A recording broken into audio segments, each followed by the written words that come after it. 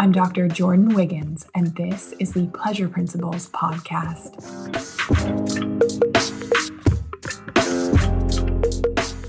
Join me on this journey where sex, science, and sensuality meet. Let's change the conversation around sex and pleasure together.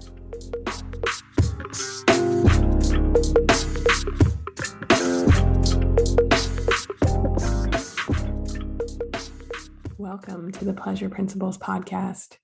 Today, I'm bringing you an episode from our new exclusive series, I'll Have What She's Having, where we talk to successful women from various industries about their successes, the lessons they've learned along the way, and the way they find pleasure in their lives. Because the question I get asked so often is, how do you do it? When we are comparing ourselves or just starting out and we're comparing ourselves to the highlight reel or the appearance of what we think is going on, we forget that women grind so hard behind the scenes to break barriers, to build, invent, change things, run businesses, build empires, all while they're raising families, trying to have relationships, or their relationships are failing, and keep all of their shit together. There is nothing I love more than getting to know the stories of women who do it, that are in the ring, to get a peek behind the curtain and see the beautiful, powerful woman who said, fuck it, I'm doing it my way. I'll Have What She's Having was born from my online community where we reframe the old patterns that we have learned. To be jealous or suspicious of other women we see living their best lives, celebrating, shining with pleasure and turn on. We want to wish those women success and joy that she deserves, but also learn how to manifest and harness that kind of power for ourselves. When we see a woman rocking a risque outfit, killing it in her industry, displaying love, light, living with pleasure, we need to stop the old pattern in its tracks. And instead, we say, I'll have what she's having. We're celebrating sisterhood, community, and the magic that happens when women come together and elevate each other. There is no greater pleasure than sisterhood, and I would not be where I am without it. Today, there is no greater pleasure than sisterhood, and I would not be where I am without it.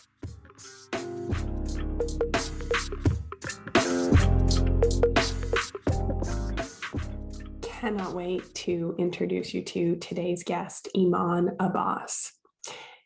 If you know me, you know that I love talking about hot, juicy love and relationships, cash money, magic, and female founders.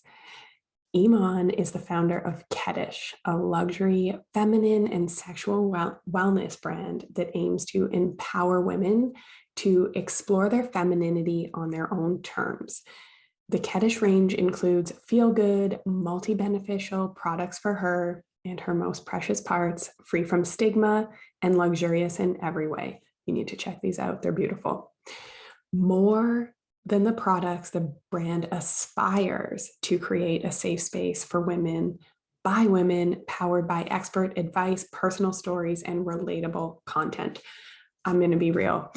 When I first was introduced to Emaan, I absolutely love the woman that introduced us. I will have her on this series. Her name is Eleanor. But I thought, oh, here we go again. A wellness brand that is going to tell me that my vagina smells, my sexuality is wrong, just some of the shamey stuff that we see in women's sexual health and wellness. I was so wrong. This brand truly, truly is on a mission to empower, educate women with the gorgeous looking products that are beneficial and super, super high quality. They want to make you feel empowered choosing yourself and your sexual health and wellness. Love it, love it. You are not going to believe the synchronicities between Emaan and myself. And I cannot wait to share this conversation with you so you get to know a little bit about her, her story, and KETISH, her brand. You're going to want to check it out.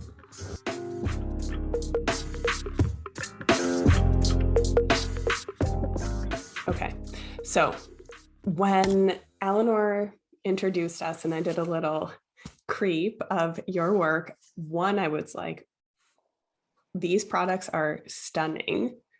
The way they look, I was in love immediately. I was like, oh, this brand is amazing. And then I thought, dug a little deeper, and they care. They have a mission. They want to educate, empower women, and make sure they're not alone.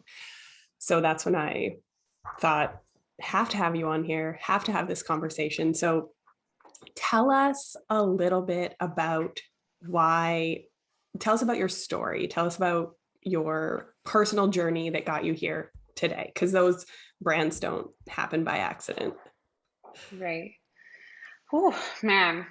Yeah, I feel like Kedish, the brand, is it's a culmination of my entire experience as an Arab American woman trying to navigate my way through my traditionally strict culture, uh, as well as my experience of just being a woman and traveling through my feminine health journey. I think just a little background. I was born and raised in the States. My parents are Egyptian immigrants. And I was raised in a little tiny country town outside of the Bay Area where it wasn't very diverse, even though the Bay Area is super diverse. My hometown was not.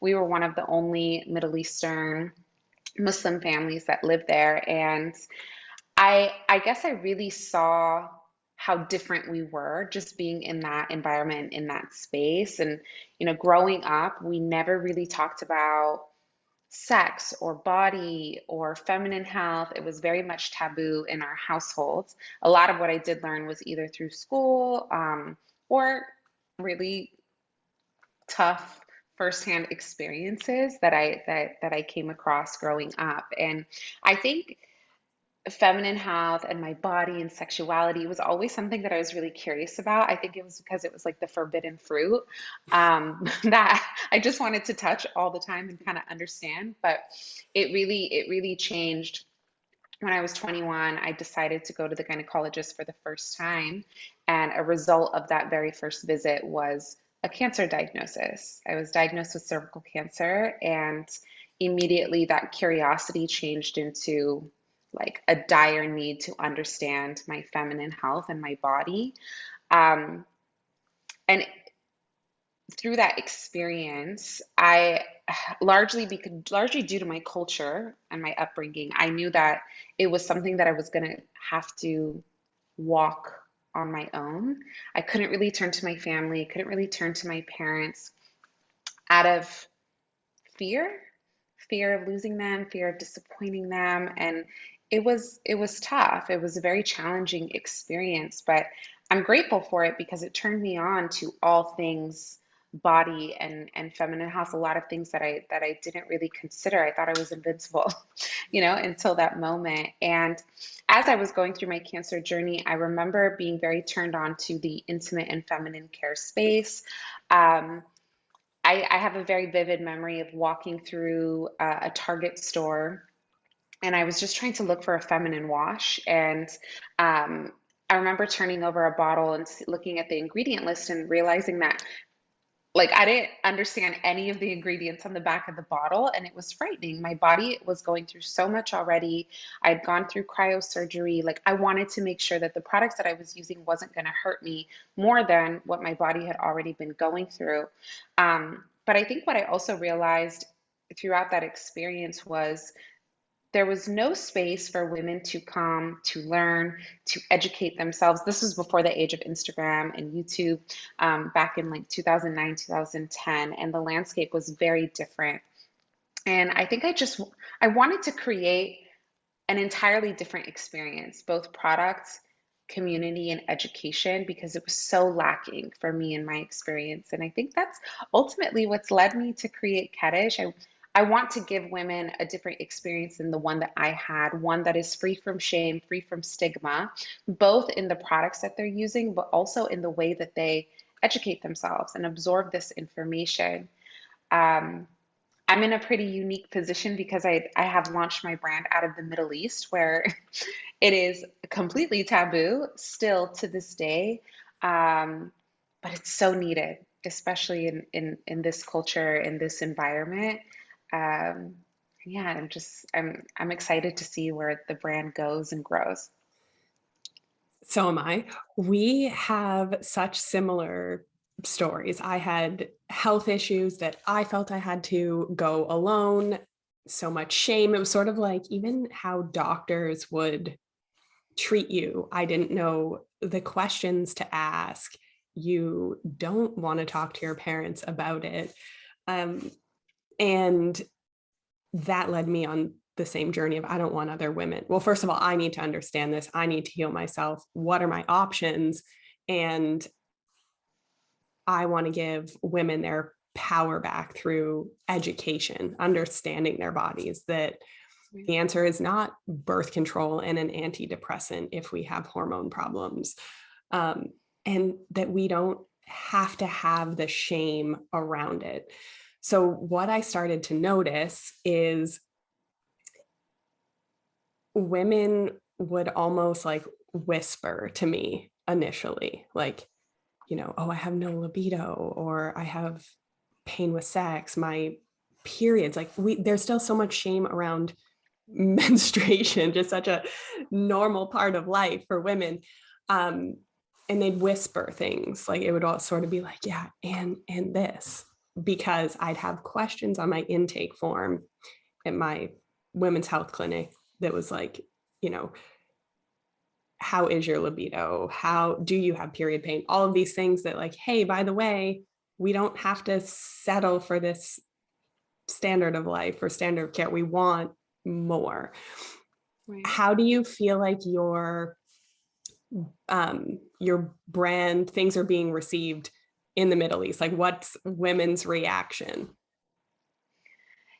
Before we launched, we were told a lot. We were given the warning signs, be careful. This has never really been done before. It's such a taboo space. Um, there are legal implications that we had to be really considerate of. Here, communication is very monitored. Um, and and you have to be careful in the words that you use, in the imagery that you use. And we were very aware.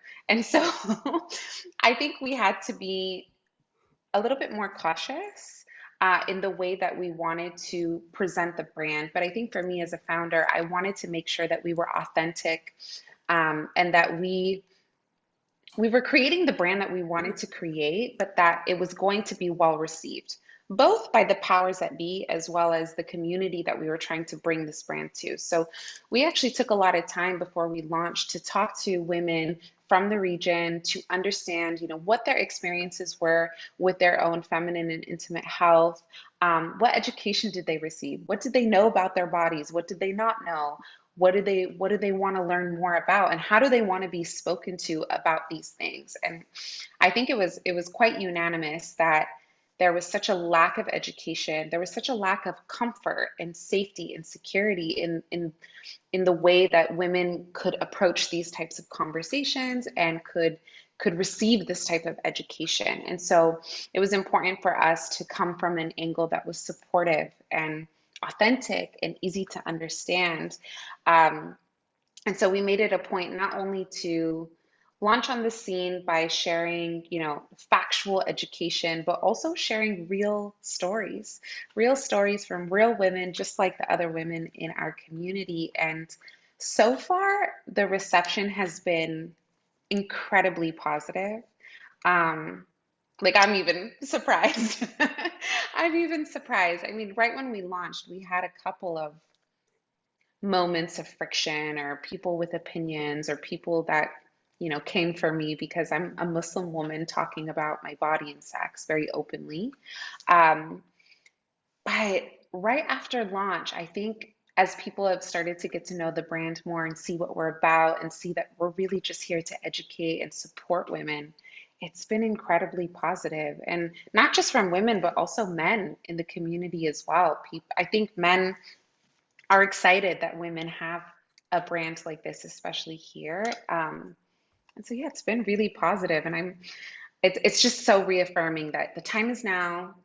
People are ready for it, and if they're not ready for it yet, then how can we help kind of lure them in and make them feel more comfortable?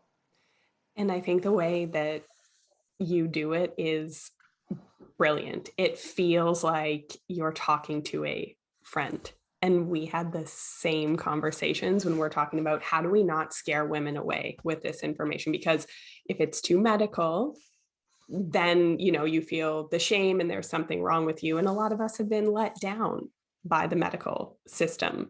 Right. Um, and then on the other hand, if it's too sexual, so how do you navigate that side, that line? So honestly, we very purposely have been laying the foundation, and we have not gone into sex and pleasure just yet.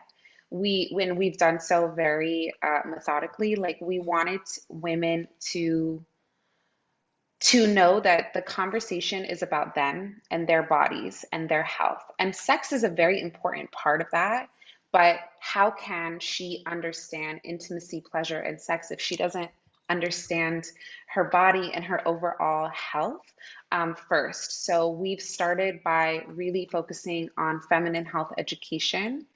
And then recently we've layered on more of the topics of like body positivity and empowerment and self-worth so that she knows that she can value her body and feel power in doing so. And we're slowly inching our way into the topics of pleasure. We haven't gotten there yet. We've started to a little bit, and we've started to open up like questions. So, what do you want to know about sex and intimacy and pleasure, and what do you feel like you're lacking, or what are some experiences that you have had? And that's how we're gonna try to help kind of frame the conversation. But it's coming. It's coming, and we're excited. We're excited for it. Are there themes on sex and pleasure, what women are asking for, what they want to know? It's quite honestly, it's quite shocking, just like the basic understanding of what sex is. And yeah, like the technicalities of sex, like that has been a question. Um, a lot of questions around confidence and how confidence and like insecurities come into play when we consider sex and intimacy. I think because in our culture, um, sex is deemed as a means to procreate, and pleasure should never be considered. In the Um, conversation. in the conversation, and there's such a veil of like shame around the topic of sex in general, but especially the pleasure side. And so we get a lot of questions around that, like, what do you mean I need to know what pleases me, and how do I get to know that? And like, can I say masturbation on Oh here? Yeah, yeah, I can we say teach masturbation. women how to masturbate. We Okay, good. Yeah, we've gotten questions on self pleasure and masturbation. Also, something that is really quite eye opening. I think one of our most shared, saved, forwarded posts that we did was around the topic of vaginismus. And it is so wide, it affects women, especially here in the Middle East region, so widely. And we receive a lot of questions around, you know, the difference between pleasure and pain, and why do I experience pain during intercourse, and how can I how can I get rid of this? And women not even knowing that maybe she does have vaginismus, and how does she treat it? And so that's been a huge question mark that we've been trying to like unlock for women. We could have an entire podcast on vaginismus Right. and the ways to, treat it, overcome it, because it's like the perfect storm. So we don't get adequate sex education. We don't learn about our bodies, our reproductive health. We feel shame talking to our parents about it, even our friends. Right. Maybe we had some education in school, but again, it was probably reproductive health education. It wasn't about safe sex, sex for pleasure, knowing how your body works and feeling comfortable with that. So we don't even have the tools to communicate, Right. language to speak to our partners. So we're helping women even script these conversations, like even giving them words of, this feels good, this doesn't, like that, or let's try this. Because they don't even have, because there is so much stigma, shame, they don't even have the words in the Mhm. moment, or even to have conversations outside of the bedroom with their intimate partners that leave them feeling like connected and empowered. And it's mind-blowing to me that in Right. today's day and age, that's where we're at. And when we're not relaxed and we're not in the moment, in our brains, like the pleasure centers in our brains are literally turned off, of course sex is painful. Of course it Right. is. So it's like we're set up to have vaginismus or sexual dysfunction, which I find amazing that 1 in 2 women globally will have sexual dysfunction in their lifetime.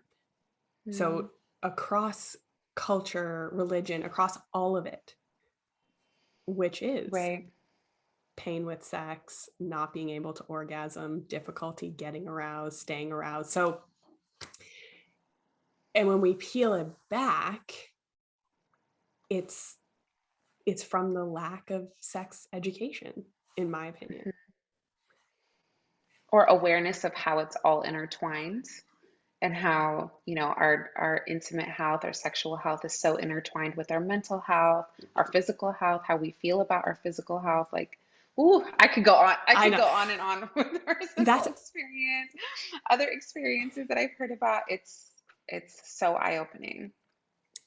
I I wrote a book about it. Exact everything you did. I so agree that in by not making women's sexual health a part of the conversation, right? Like we'll get blood work for our heart, like we'll check our cholesterol and we'll check these other things, but hormone testing and things that really make a difference for women's quality of life, their mental, physical, sexual health, like it's not even a standard of care. Right. So it's absolutely mind-blowing to me. So aside from the obstacles that you overcame clearly with launching an intimate wellness brand in the Middle East, was there anything that you had to overcome personally to be like, okay, I'm ready. I know this isn't going to be necessarily well received. I'm ready. Yeah. I think obviously anytime you are starting your own business or having a vision come to life, there's a lot of self-doubt and and like imposter syndrome, if you will. Man, my imposter syndrome daily. I have to check that thing daily. Um, And I think for, this is the first time I've built a brand.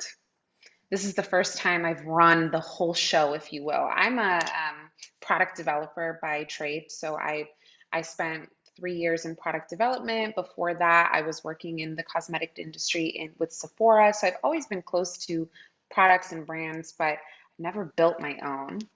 I've never had to, look at financial sheets and call the shots and look at my P&L and understand what moves to make. And yeah, my imposter syndrome is crazy. I remember this was recently, about 2 weeks ago. I was on a panel um, at a big tech conference here in Dubai, and we were talking about the emergence of femtech in the feminine health and wellness space. And I was sitting up on the stage, and I remember the moderator was kind of doing the rounds and introducing everyone, which was fine. But then she went into the first question, and in my brain, I started to doubt myself and started to think like, what am I doing here? What am I doing here? Like femtech? What are you talking about? And I had to literally repeat to myself in my brain, you deserve to be here. You deserve to be here. You've done the work. You know what you're doing. You leverage tech to build your entire brand. Like you deserve to be here. And so I think like overcoming that constant self-doubt, the constant fear of, will people see right through me? But I think the way that I overcome that is just harnessing, I I've had the journey. These are my experiences. I have a mission. I stay true to that mission as much as possible, and through doing these things, I'm going to be able to help so many people and so many women and change their experiences. Like, do not waver. Do not let the doubt push you off course. Um, and yeah, usually that kind of like reins me back in, but I think it's really tough. It's really tough. I think us as women, we really need to be better at knowing our worth and not doubting that. I'm so glad that you shared that, because if someone is to go to your Instagram page, buy your products, which we're going to talk about next, they will see this like powerful queen, right? Oh, And then I want them to know that the doubt isn't a reason to not take the next step, because even once you're there, even once you've made it, you're at the tech conference, you're still going, what? Like, why am I here? And I think a lot of women feel like because of the worthiness issue, that they have to have it perfect mm, day one. And that's not, because if you waited for that moment, KETISH probably wouldn't, it would still be a thought in your mind. It wouldn't right. actually be products that we can hold. So another reason why I fell in love with you and your work is, let's talk about your choice of packaging and your choice of ingredients, because I think this just underscores everything that we talked about. Because I think if we were probably thinking about, from a business perspective, and you're looking at P&Ls, and you'd want to like make the most money, but Mm, we can tell that that's not at all what it's about for you. So let's talk about no. the packaging choices, the ingredient choices, because I think it's just amazing. Thank you. Yeah, again, in my own personal journey, my own personal experience, um, I go back to that moment when I was in the drugstore and I picked up that bottle and I didn't understand the ingredients and I didn't know if it was going to be good for me. I also remember being really embarrassed buying feminine wellness products, like sunglasses on, hoodie down low, ashamed to put it on the little belt, for the male clerk to check me out. It was an awful experience. And Yeah, even with tampons. obviously, tampons, pads, but yeah, like anything, lubricant, like whatever it Condoms, was yeah. embarrassing, Mhm. awful. And I think what I realized is that a lot of the products that existed weren't. weren't exciting to buy. Like when you go in Sephora or Nordstrom's or wherever, and you're buying something that you want to treat yourself to, and you want to feel like you're pampering yourself. And when I looked at that packaging, it was bold, it was empowering, it was something that you were proud to put on your vanity, and that's what I wanted to create, is products that you didn't have to hide when your boyfriend came over. You didn't have to shove in your bedside table because you were so embarrassed of your KY. Oh, sorry, I shouldn't Yeah, call out other no, brands. it's all good. Your But, lube. yeah, your lube, sorry. I wanted to create products that were conversation starters, products that women felt proud using. And I also wanted to create products in the feminine wellness space that weren't overtly stereotypical, like feminine. A lot of the products that even now have started to emerge, they're very pink and floral, and that's not me. I like black and gold. I wear black every day.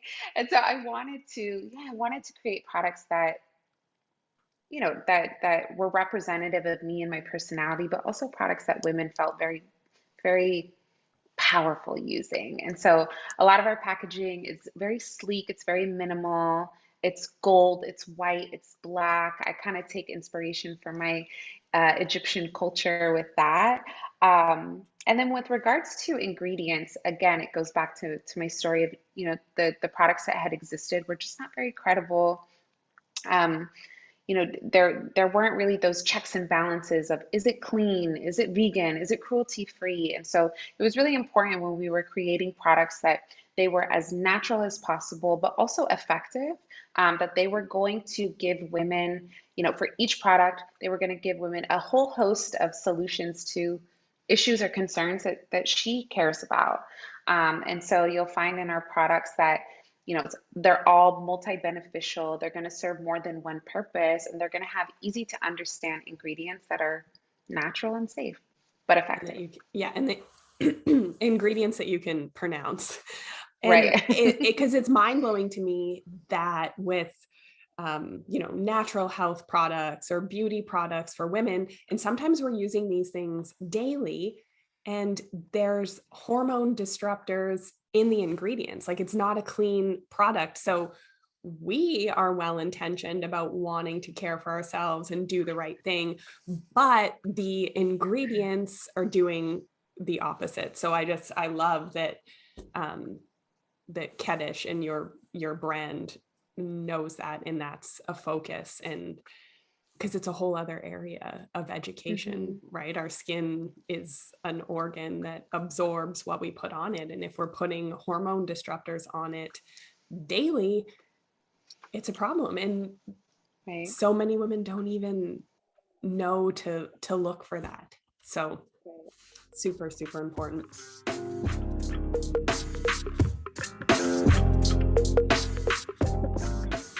If you've been searching for answers for why you don't feel well, why your libido is low, why you feel burnt out and overworked, you're snappy and irritated, you're definitely not alone. You've been told your blood work is normal, you just have to live with it, but you've never found something that works for you and your lifestyle. Maybe your relationship is on the brink of divorce, or you're missing the days of connection and intimacy you once had. If there have been gaps in the treatment that you are getting and the information you've been given about your libido, connection, joy, and how to live a fulfilled, happy life with a ton of energy, then this course is for you.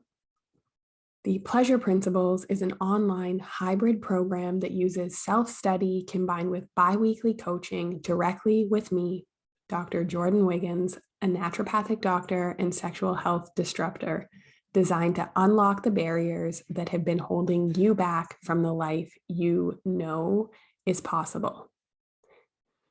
From updated sexual health information to mindset and stress reset to uncovering your desires and understanding what you really want out of life, The Pleasure Principles uses a combination of evidence-based practice, my years of experience working with thousands of women just like you, Eastern medicine theories, and practical everyday ways to apply the work to see real change in your life and relationships. Get the information and the support you need to repair your relationships, start having great sex, and start enjoying your life again. Revolutionize the way you think about pleasure with the Pleasure Principles. Click the link in the show notes or visit my page on Instagram at Dr. Jordin Wiggins to learn more.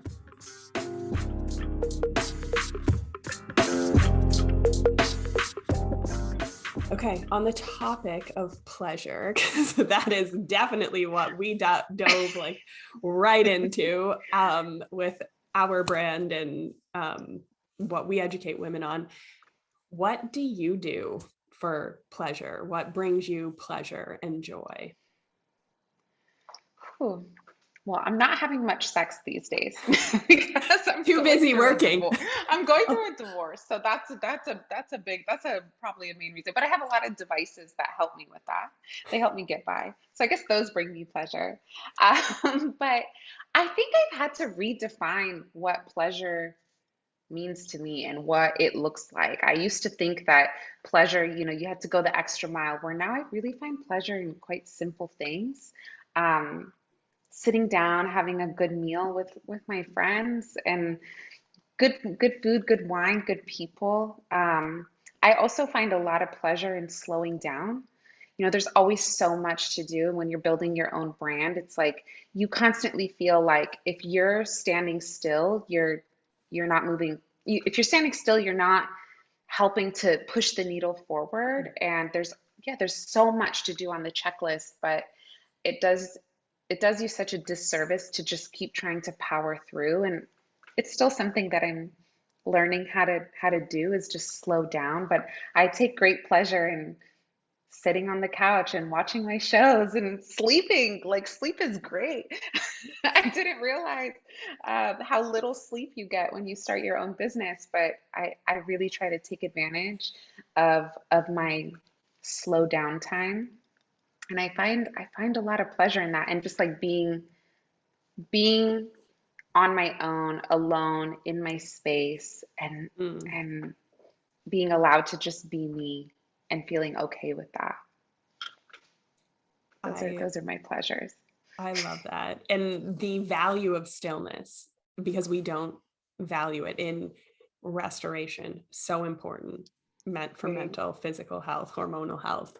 Love that you highlighted that. You're amazing.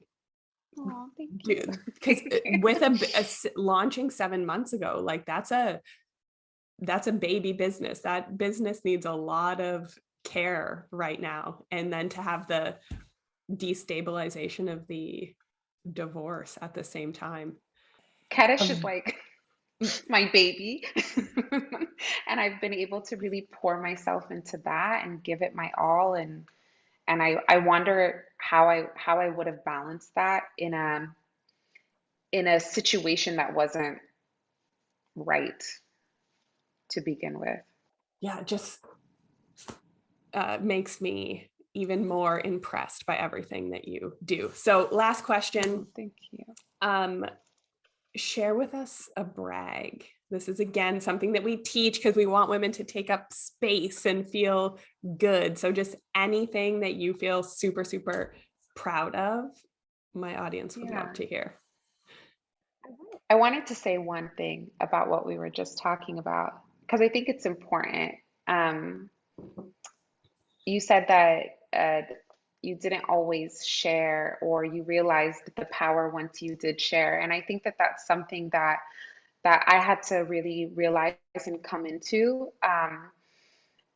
As I was going through my personal situation, I was in therapy, and my therapist, God bless her, I really think she's the main reason why I even decided, to move in this direction and get a divorce. But she said to me, it was about a month and a half before I launched, she said, Iman, you are building this brand, and the whole point of the brand is to empower other women. How are you going to empower other women if you are not an empowered woman? And I was Mm. like, Yeah. like bombs went off. And I literally think it was like 3 weeks later where something happened. He said some bullshit. Mm. And I said, you know what? I'm out. Like, I'm out. Because I could not like it. And it's true, like there's so much power in authenticity and women feeling like they can see themselves in you and see the realness and see the human in you. And so I commend you for protecting it for your own reasons, but also like being brave enough to share when you feel ready to share. And it was Eleanor who told me that teach from your scars. You deal, Right. you process. Don't teach from an open wound and you're like the mess on the floor crying, but teach from the scar. Process it, Right. do the therapy, talk to your friends, do what you need to do, and then share. And that is something that I definitely admire about you and your brand, and you're just like your story is out there. And it even gives me more courage to be like, yes, I need to empower women. I need to be an empowered woman and not hide the parts of me Right. that I might think are some people might think are shameful, because then I'm like literally not living the Not truth. living what I said, yeah, what I was supposed to be doing. And Exactly. you can't be your own imposter. Like move Yeah. out of the way. Like I need to be real, you know? Exactly. Exactly. All right, give Okay, us. to answer your question, a brag. I'm really bad at this. I've had to learn how to celebrate the moments, big or small. We move so fast always, but I think over the last 7 months we've had a lot of amazing, incredible highs, some lows. But I think something that really sticks out. One, we are the first feminine and intimate wellness brand to launch out of the UAE, and one of Yes. the first in the Middle East, which is really exciting. So And exciting. it's like, I think about my parents. Like they moved from the Middle East to the States, and now their youngest, most rebellious daughter is in the Middle East, ruffling feathers, um, which is really I take pride and joy in that. But I think one of our biggest wins, we had only launched about 5 months prior, and I remember I received the call, and we were told that we had won the most promising brand of the year by Entrepreneur Magazine here in the Middle East, and it was it was such an exciting moment. I was like bawling my eyes out because I couldn't even like wrap my brain around it, you know? And I think for it to be a magazine that is so like it's a trade magazine, it's so focused on the business world, and for them to acknowledge and recognize, you know, a female founder, a feminine and intimate wellness brand that is really shaking things up. And I think being named most promising brand of the year means a lot and holds a lot of weight to me because it shows the belief in our potential. And it shows that people see the power that this brand could have and how a brand like this could help so many women. And I think that's why it meant so much, and it was such a great moment for me and my team to pause and celebrate. Like there was like a big banquet and we had an award, and That's it was it amazing. was it was a really great moment. And I think it just like kept driving us into 2022. So it was a really exciting moment for us. Congratulations. That is so amazing. Emaan, thank you for your vulnerability, for sharing your story, your authenticity. Um, love you, love KETISH. And is there more products on the way? Can you even tell? Is that a thing? There are a lot more products on the way. We have launched two thus far. I can't say when, but we are launching another product soon. But yeah, we have a lot more coming, and you can expect an entire range across the entire landscape of feminine wellness and pleasure coming soon. Cannot wait to see what you guys do next. Thank you. I hope you enjoyed this exploration and behind the scenes peek into the life, wisdom, journey, success, struggles of these women and their pleasure. When we win together. Thank you for listening and celebrating sisterhood, community, and the magic that happens when women come together and support one another. And thank you to my wonderful guest for sharing their story. I'll have what she's having. Have a great week, everybody.